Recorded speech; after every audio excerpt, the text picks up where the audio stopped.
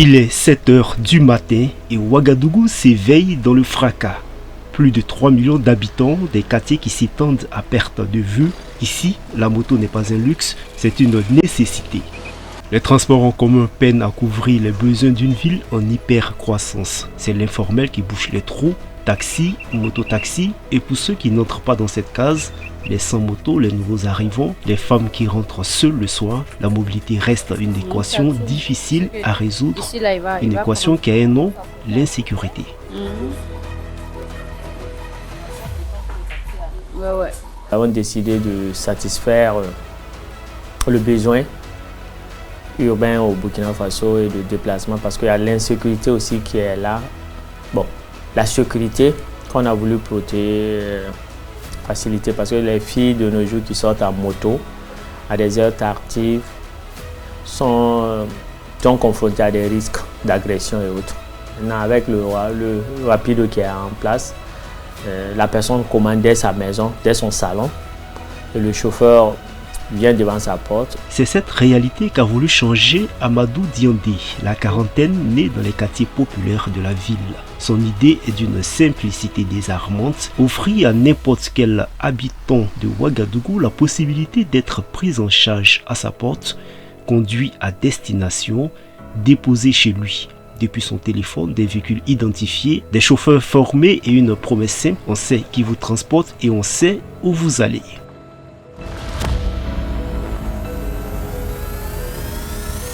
Développeur de l'application a eu une mission à la fois simple et vertigineuse, faire tenir une promesse de sécurité dans quelques lignes de code.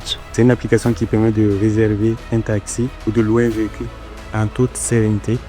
Et côté passager, par exemple, les utilisateurs, il est possible de lancer des commandes rapides de course avec la géolocalisation en temps réel, d'estimer le prix avant la validation, de suivre le chauffeur sur une carte et avec la possibilité de paiement en cash ou par mobile money.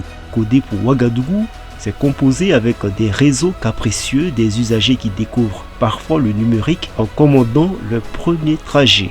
Chaque fonctionnalité a dû être pensée pour le contexte réel. Et pour la sécurité, même on a mis en place un bouton SOS pour qu'en cas de difficulté, soit le chauffeur ou le client puisse appuyer sur ce bouton-là pour alerter la base. Parmi les premières conquises de cette plateforme VTC, les femmes qui témoignent des changements palpables. Se déplacer avec un rapido change profondément le rapport au déplacement. On va sortir se distraire. Comme c'est un nouveau point, on va le découvrir. Oui, j'ai l'habitude de commander le taxi Rapido via l'application Rapido. Et souvent quand je vais en voyage, souvent quand je sors avec mes amis, je commande et je trouve que c'est sécurisé. C'est sécurisé pourquoi? Parce que quand je sors, même quand je rentre tard, je sais qu'il n'y a pas de problème d'agression et tout. Je sais qu'on va venir me déposer tranquille à la maison. Donc c'est pourquoi je préfère prendre Rapido. Et on est sorti une fois en soirée et puis on a failli nous agresser en fait. J'étais avec une copine. Donc du coup, maintenant quand on sort les soirs, on a l'habitude de commander sur l'application Rapido et en quelques minutes, le taxi vient, puis on fait la course quoi. Le spectre des usagers s'élargit, travailleurs du privé, fonctionnaires, visiteurs de passage. Plus besoin de marcher jusqu'à un axe principal pour héler un taxi, plus besoin de négocier le prix sous le soleil. On commande depuis son salon, on monte, on arrive. Comment tu vas? Oui, je suis en route. C'est sécurisé et simple et puis c'est fiable. Ça nous évite beaucoup, ça m'évite beaucoup de choses parce que y a la circulation qui est un peu dense souvent et puis ça évite la poussière, ça évite les accidents aussi. L'autre face de cette révolution, ce sont les chauffeurs. Rejoindre Rapido, c'est sortir de l'anonymat du secteur informel, un badge, un véhicule identifié, un revenu régularisé et une perspective inédite. 36 mois de travail, 3 ans de confiance mutuelle et au bout du chemin, la voiture vous appartient. Pas un rêve, sur papier avec les clés dans la main. C'est aussi permettre à nos partenaires, je préfère les appeler des partenaires parce que sans eux, il n'y a pas de projet. Avec eux, on a un accord, ils travaillent pendant 36 mois avec le véhicule. Et après les 36 mois, le véhicule devient pour eux. Les gens font confiance à Rapido parce que Rapido, c'est la première VTC 100% burkinabé.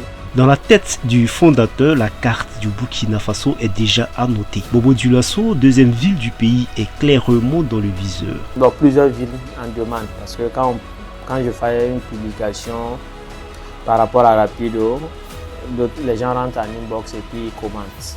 Et sur la page aussi, c'est pareil. Donc on y pense à migrer vers ces différentes villes aussi.